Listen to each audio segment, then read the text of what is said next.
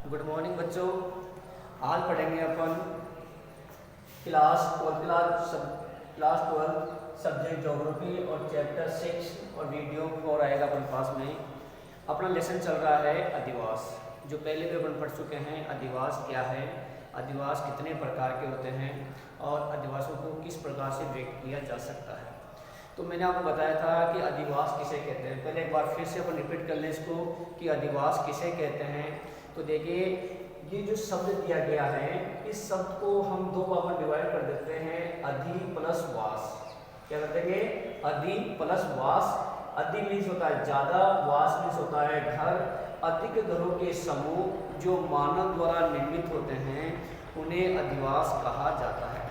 अधिवास हमारे पास दो प्रकार के होते हैं, एक तो होता है ग्रामीण अधिवास और एक होता है हमारे पास नगरीय अधिवास। ग्रामीण अधिवास के जो प्रकार थे वो हमने पढ़े थे, ग्रामीण अधिवास किसे कहते हैं और ग्रामीण अधिवासों के कितने प्रकार होते हैं, वो प्रकारों का हमने अध्ययन किया था। तो ग्रामीण अधिवास जिसे 4 प्रकार मैंने बताए थे आपको।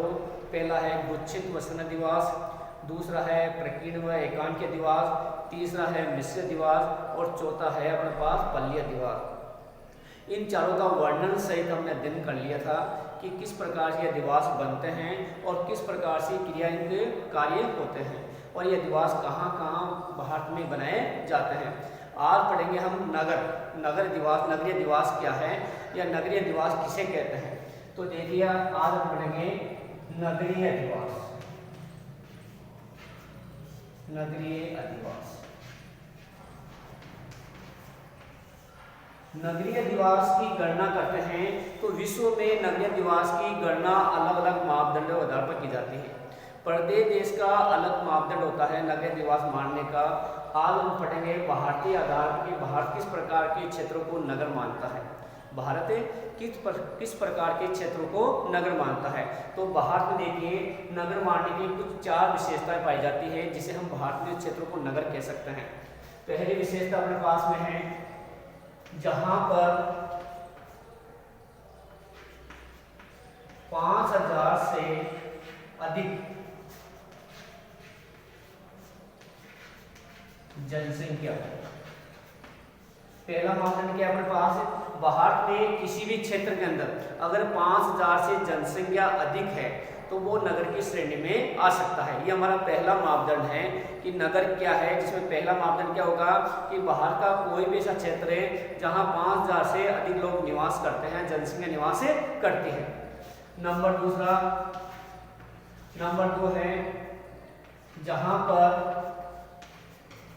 प्रति किलोमीटर प्रति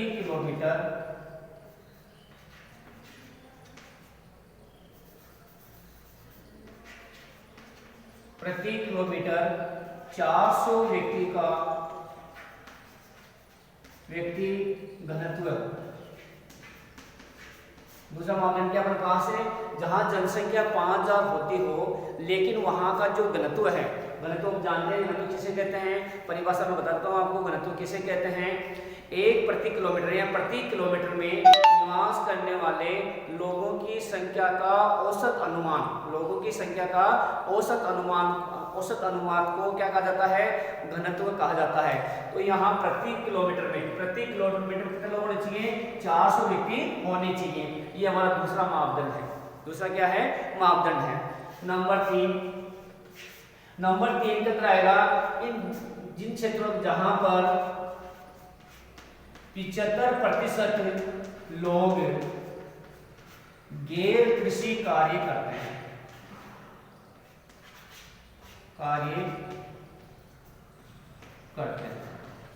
दूसरा प्रतिशत अपने पास जाएगा जहां पर 75% लोग क्या करते हैं, गैर कृषि कार्य करते हैं। कौन सा कार्य करते हैं, गैर कृषि कार्य करते हैं। गैर कृषि कार्य से मतलब समझते हैं आप लोग, गैर कृषि कार्य करते हैं। गैर कृषि कार्य होते हैं जहां पर द्वितीय तृतीय कार्य किए जाते हैं।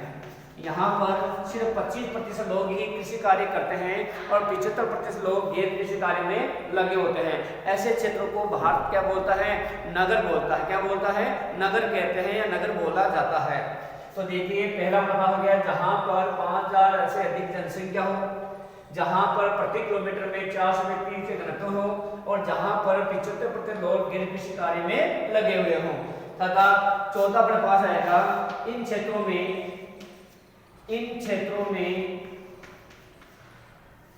द्वितीय, तृतीय और चतुर्थ कार्यों की प्रधानता हो। ऐसे क्षेत्रों को भारत नगर कहता है। अगर भारत में ये 4 मापदंड क्लियर हो रहे हैं, 4 मापदंड सही पाए जा रहे हैं, तो भारत उन क्षेत्रों को क्या कहेगा? नगर कहेगा। क्या कहेगा? नगर। तो प्रश्न किस प्रकार से आते हैं अपने पास में? नगर क्या है या नगरीय अधिवास किसे कहते हैं? तो नगरीय अधिवास के हम चारों को मिलाकर परिभाषा बना सकते हैं। भारत में जिन क्षेत्रों के अंदर 5000 व्यक्ति जनसंख्या निवास करते हैं तथा वहां प्रति किलोमीटर घनत्व 400 व्यक्ति हो तथा उन्हीं क्षेत्रों के अंदर 75% से अधिक लोग गैर कृषि कार्य करते हो और वहां पर द्वितीय, तृतीय और चतुर्थ व्यवसाय की अधिक प्रधानता हो, ऐसे क्षेत्रों को भारत नगर कहता है। भारत क्या कहता है? नगर कहता है। तो हमारे पास आ गया नगरीय निवास किसे कहते हैं। तो इस प्रश्न का जवाब इस प्रकार से आपको देना है। तो ये समझ में आ गया होगा शायद कि जहां पर 5000 से अधिक लोग निवास करते हैं, प्रति किलोमीटर में 400 व्यक्ति हो, 75% लोग गैर कृषि कार्य करते हो और इन उद्योगों की प्रधानता हो, तभी जाकर हम किस क्षेत्र को नगर कहा जाता है। इसी आधार पर अपन कहेंगे, अगर अपने पास रहेगा जनसंख्या के आधार पर नगरीय निवास की विवेचना कीजिए, तो नगरों का वर्गीकरण देखिए अपन किस प्रकार से होता है। पहला है आकार के आधार पर नगर। इसी आधार पर होगा नगर जनसंख्या आकार के आधार पर नगर। पहला पॉइंट क्या हो जाएगा इसका? जनसंख्या आकार के आधार पर नगर। जनसंख्या आकार के आधार पर नगर, ये हमारे पास रहेगा। दूसरा पॉइंट रहेगा कि अब हमें पता चल गया है कि नगर किसे कहते हैं, तो पहला पॉइंट आ गया अपने पास में जनसंख्या के आकार के आधार पर नगर। तो ये हमारे पास से 4 प्रकार का होता है। पहला होता है कस्बा, जिसे अपन कहते हैं कस्बा। दूसरा होता है नगर। तीसरा होता है अपने पास महानगर। चौथा होता है अपने पास वर्तनगर और पांचवा होता है अपने पास सन्नगर। ये 5 प्रकार के होते हैं जनसंख्या के आधार पर। अब इनको आप ढंग से समझेंगे कि इनको किस प्रकार से अपन अध्ययन कर सकते हैं। देखिए हमारा अध्ययन करने का इसमें मापदंड क्या दिया गया है, इसमें दी गई है जनसंख्या, यानी जनसंख्या के आधार पर नगरों का विवेचना करनी है। तो जनसंख्या के आधार पर नगरों की विवेचना करेंगे तो वो अपने पास किस प्रकार से होगी। देखिए पहला आया हमारे पास कस्बा।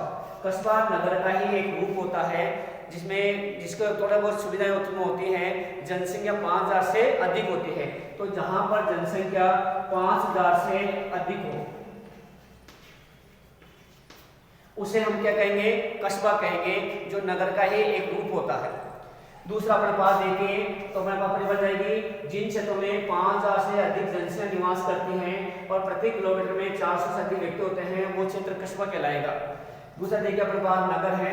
नगर क्या है? तो नगर का अपने पास बताया था आपको नगर किसे कहते हैं कि जनसंख्या दर पूछ रहा है, तो हम देखते हैं इसमें यहाँ पर जनसंख्या 1 लाख से अधिक और 10 लाख से कम हो। जिन क्षेत्रों में जनसंख्या 1 लाख से अधिक हो और 10 लाख से कम हो, हम उन्हें नगर कहते हैं जनसंख्या के आधार। तीसरा अपने पास है महानगर, जहां पर जनसंख्या 10 लाख से अधिक हो, 10 लाख से अधिक जनसंख्या हो, हम उन्हें महानगर कहेंगे। जिसमें जयपुर, जोधपुर, बीकानेर, अपने पास कोटा, ये जो क्षेत्र हैं, अजमेर, ये जो क्षेत्र अपने पास में ये महानगर के अंतर्गत आते हैं, क्योंकि इनकी जनसंख्या 10 लाख से अधिक हो गई है। अभी जयपुर की जनसंख्या अपने पास 37 लाख जनसंख्या है, जो महानगर के अंतर्गत आता है। तो जिसकी जनसंख्या 10 लाख से अधिक हो वो महानगर कहलाएगा।